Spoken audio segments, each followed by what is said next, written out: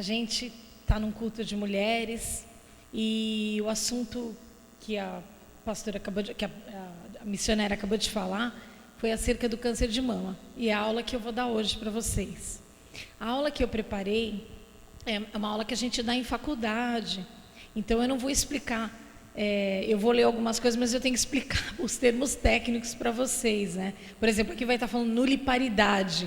Aí vocês não vão saber que nuliparidade é a mulher que nunca teve filhos, né? Então, eu vou explicar à medida que eu for lendo os slides para vocês, tá bom? E o porquê de dar essa aula, né?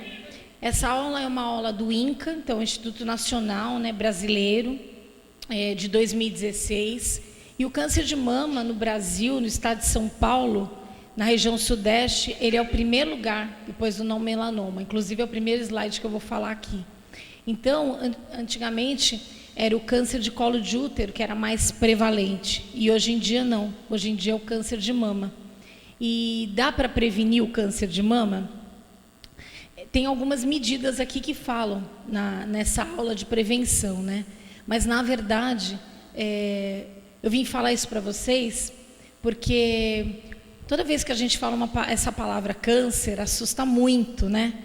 Mas hoje em dia a gente sabe que quanto mais precoce for descoberto as doenças, mais chances de ter cura, né? E por isso que eu vim orientar vocês, né? Estimular vocês a estarem fazendo o exame, né? A estarem procurando. A mulher procura mais, né? O mês que vem é o Novembro Azul. Os homens são mais difíceis de buscar ajuda médica, mas as mulheres normalmente são mais criteriosas, mais preocupadas com a saúde, né? Então, eu vou começar a passar. Câncer de mama é o que tem maior mortalidade na população feminina do mundo, tanto nos países desenvolvidos quanto nos em desenvolvimento, né? Então, os países de primeiro mundo e também os países ditos em desenvolvimento é o câncer mais prevalente. O número de casos novos de câncer de mama esperados no Brasil no ano de 2016, isso é um dado do INCA, 57.960 mulheres, tá? É um risco estimado, eu não vou falar o risco aqui, né? Sem considerar os tumores de pele, os não melanomas, porque o tumor de pele é o que ocorre mais, esse é o câncer, é o primeiro mais frequente na região sul, 77. Quer dizer, quanto mais envolvido for a região, maior é a chance de ter câncer, tá? Por isso que no sul, eles dizem que são um povo mais envolvido, é onde tem o maior número de chances de ter câncer de mama. 77,30 em 100 mil. Na região sudeste, 68,100 por 100 mil. Centro-oeste, 55,87 em 100 mil. E no nordeste, 38,74 em 100 mil. A região norte é o segundo tumor mais incidente, tá? 22,26 em 100 mil. O tumor maligno de mama, ele engloba alguns nomes, né, para nós. Então, o carcinoma in situ invasor é o mais conhecido para nós, é o adenocarcinoma. E os fatores de risco aí, né? A idade continua sendo um dos mais importantes fatores de risco, né? A incidência aumenta rapidamente até os 50 anos. E depois de forma mais lenta. Só que você vai ver que tem muito mais mulheres a partir dos 50 anos com câncer de mama do que antes disso. Só que antes de 50 anos, ele é mais rápido o tumor de crescer, tá? Eles acham que o que reforça é os hormônios femininos, a etiologia da doença. A história familiar também. Então, tanto a materna quanto a paterna, né, os parentes de primeiro grau, mãe e irmã, tá? Acometidas antes dos 50 anos de idade, ou câncer bilateral, né, nos dois, ou de ovário, em qualquer idade, aumenta o risco, tá? Então, são hormônios dependentes, né? São cânceres hormônio dependentes. Alterações em gênesis, como os da família, aí tem um nome aqui que a gente usa, que é o BRK, né? Aumenta o risco de desenvolver câncer de mama, isso é genética, tá, gente? Fatores relacionados à vida reprodutiva da mulher. Então, as mulheres que nunca tiveram filhos, né, e passam a ter seus filhos após os 30 anos de idade, contribuem para o aumento do risco de ter câncer de mama, né? A amamentação, ela está associada ao menor risco de também desenvolver o câncer de mama. A obesidade na pós-menopausa, quer dizer, menopausa é aquele período de 1 ano que a mulher não menstrua mais, né? Então, após isso, chama pós-menopausa, também é considerado fator de risco. Aí tem aqui os mecanismos biológicos ligados aos genes, também estão correlacionados. História familiar, né, de câncer de mama masculino, tá? Tem um risco muito elevado. É raro de ter homem com câncer de mama, mas existe, tá? Eu já peguei. Aqui fala risco elevado também de um tipo de câncer, tá? A menarca precoce, então é você menstruar antes de 12 anos de idade. Então também aumenta o risco. E a menopausa tardia, que é após 50 anos de idade, aumenta o risco. O uso de anticoncepcionais é controverso. Não sei se é controverso porque os laboratórios pagam para ser, né? Mas a gente vê que o câncer de mama ele aumentou muito, né? E as mulheres, depois de 1960, começou o uso de pílula anticoncepcional. Então, dosagens elevadas de um hormônio chamado estrogênio também. Uso prolongado de hormônio, eles falam que é por mais de 5 anos, as mulheres que estão na pós-menopausa, que ficam com a vagina ressecada, ou tem aqueles fogachos, aqueles calores, aí começa a tomar hormônio, se você ficar tomando mais de 5 anos, eles acham que também está correlacionado, né? Aí fala de usar hormônio antes da primeira gravidez também, tá? Outros fatores citados, acabei de falar da reposição hormonal por mais de 5 anos, a idade da primeira gestação acima de 30, já foi dito, mulheres que usam álcool, tá? Regular, exposições a radiações ionizantes em mulheres com menos de 35 anos de idade, e as outras causas são a não lactação, a obesidade e a dieta rica em gordura, tá? Ele fala aqui embaixo que o câncer de mama ele está relacionado com o processo de urbanização da sociedade, evidenciando o maior risco de adoecimento entre mulheres com elevado status socioeconômico. Quanto mais rico for, mais chance de ter câncer de mama, tá? Só isso que é a única vantagem de não ter dinheiro é essa aí, porque, né? O resto... Porque tem menos condição de comprar comida, rica em gordura, né? Os enlatados, embutidos, né? Aí entra, gente, os fatores de prevenção primária, prática de atividade física regular e manutenção do peso ideal. Difícil. Mas se você praticar atividade física 30 minutos todo dia, eles falam 30 minutos todos os dias, né? De segunda a sexta-feira, você consegue ter uma atividade física regular, né? O peso ideal é uma alimentação saudável e pode evitar 30% de chances dos casos de câncer de mama. Isso, gente, para prevenção. Se tiver a genética, estragou, né? Se tiver alguém na família. Identificação dos sinais e dos sintomas. Eu vou pular aqui. Qualquer nódulo mamário em mulher com mais de 50 anos. Aqui eu não falo em mulher com mais de 50 anos, eu falo qualquer nódulo mamário em qualquer mulher. Nódulos de mama, nódulo ele é duro, né? Fixo, então ele não é móvel. O que acontece? Nesses casos, quando você palpa, se ele sumir, né? Então você fez o seu exame físico, eu vou mostrar para vocês, espera aí. Então você na hora do banho, tá? Quando você estiver tomando banho, e as mulheres que têm menstruação, que não tem qualquer época, mas as que têm menstruação, terminou a fase menstrual, em que a mama está enrijecida, né? Tá doendo, aí você vai fazer isso aqui, você vai levar o seu braço para a sua cabeça, e você vai dedilhar sua mama, né? No sentido horário, anti-horário, como você quiser. Você vai dedilhar. O lugar, depois tem uma foto que vai mostrar os quadrantes, né? A mama é dividida em 4 para fazer o exame. E a parte que mais nos preocupa é quando é aqui para fora, a parte superior é para fora, que a gente fala de quadrante super externo, que é onde tem a maior incidência de cânceres. Só que câncer pode dar em qualquer quadrante da mama, tá? Então, nódulo mamário, com mais de 30 anos de idade, que persiste por mais de um ciclo menstrual, tem que investigar. Então, algumas mulheres estão amamentando e elas falam, eu palpei um nódulo. Não, ela palpou um galactóforo, ela não palpou um nódulo. Deixa eu ver se eu trouxe minhas maminhas. Eu acho que eu não trouxe minhas... Trouxe minhas maminhas. Eu vou mostrar as maminhas para vocês, espera aí.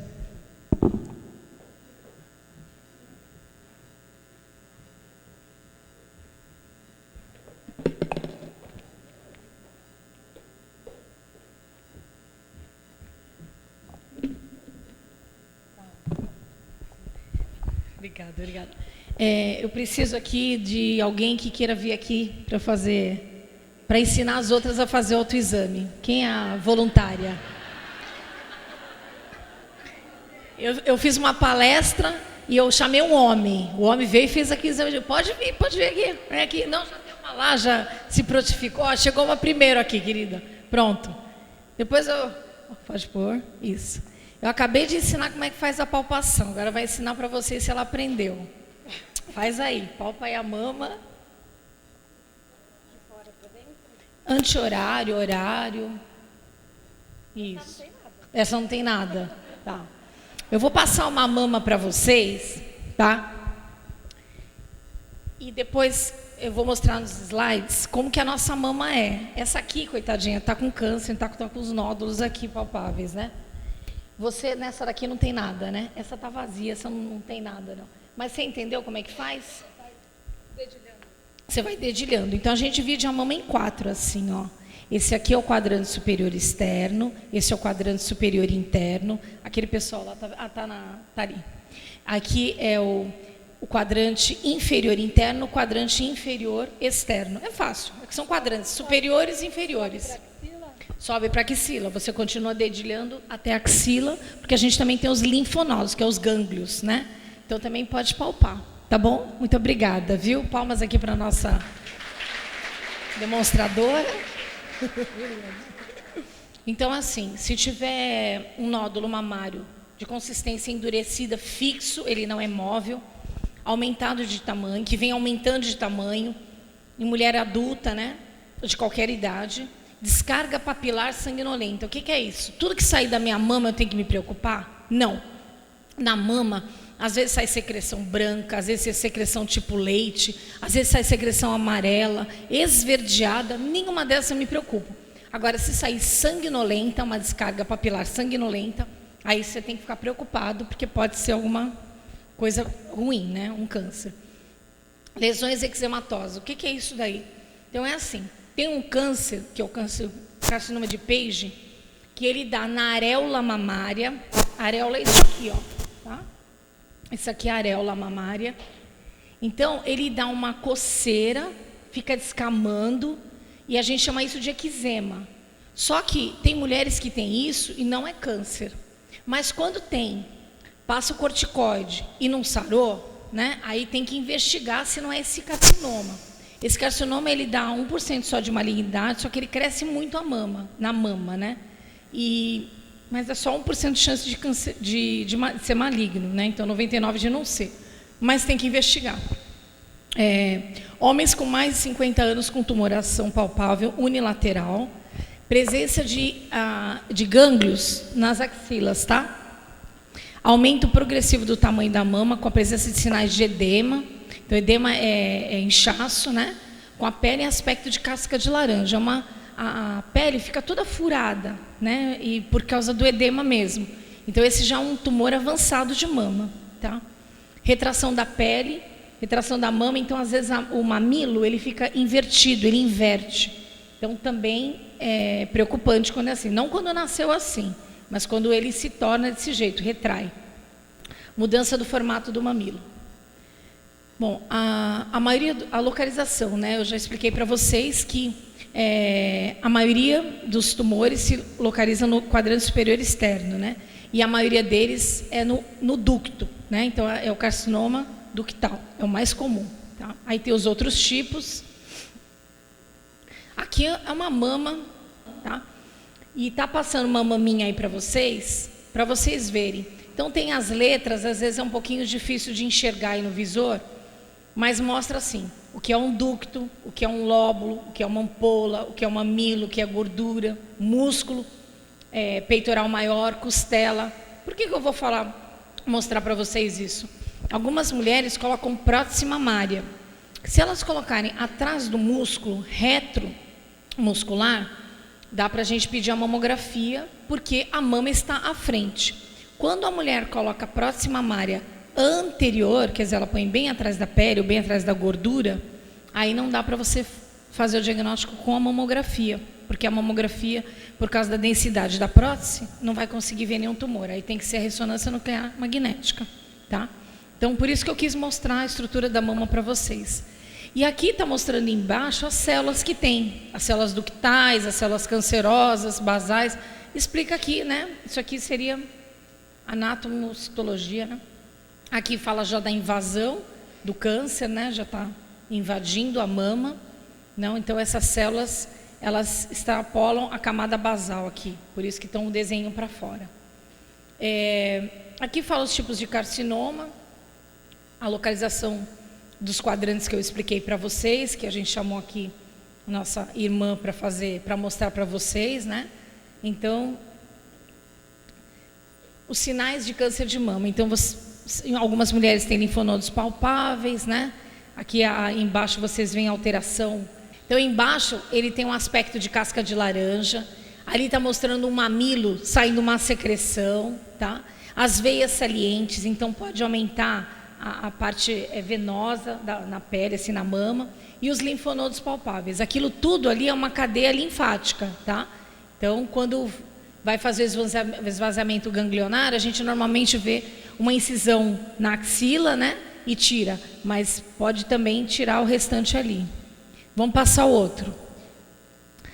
Aqui é onde a gente tem os gânglios, né? Então, por isso que algumas mulheres, quando estão acometidas por essa enfermidade, a gente sempre palpa aqui em cima na subclávia, tá?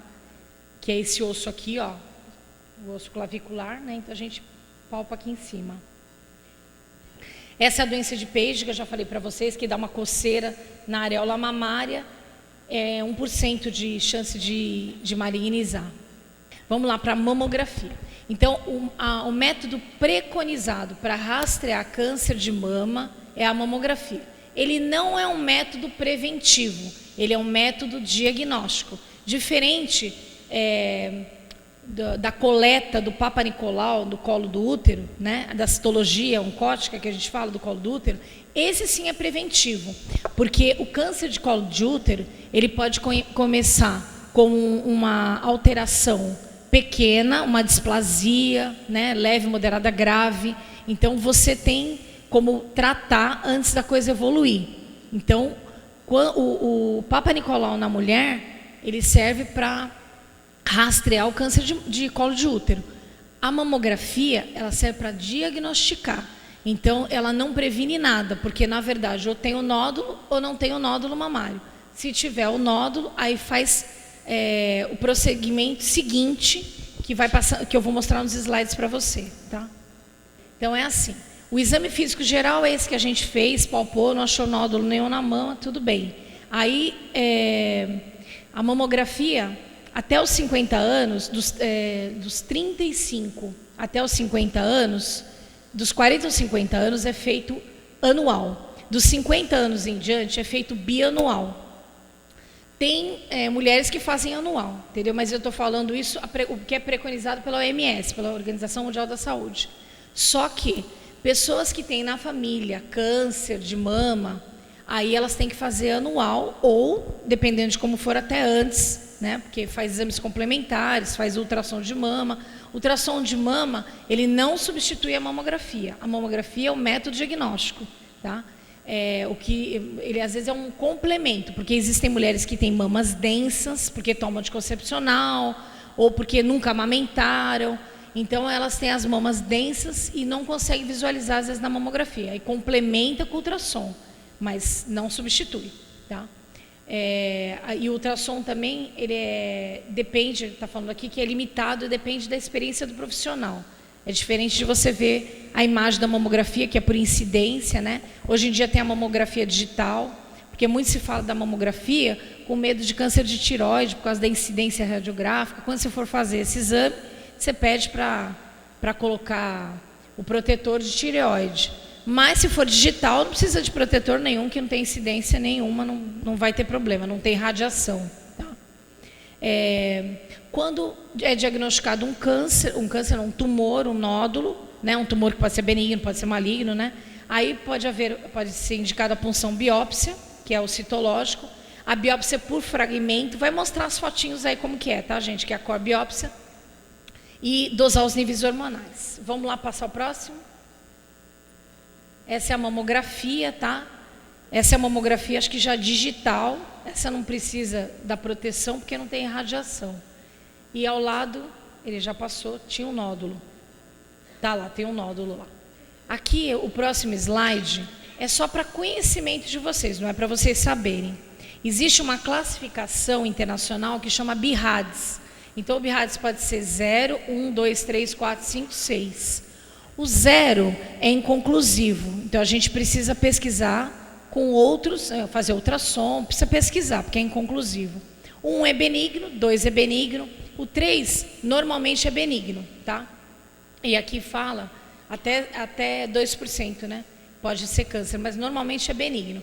Já o 4, ele é um nódulo suspeito, né? Então, na mamografia, a gente vê uma imagem especular, um nódulo especulado, ou a gente vê microcalcificações agrupadas, né?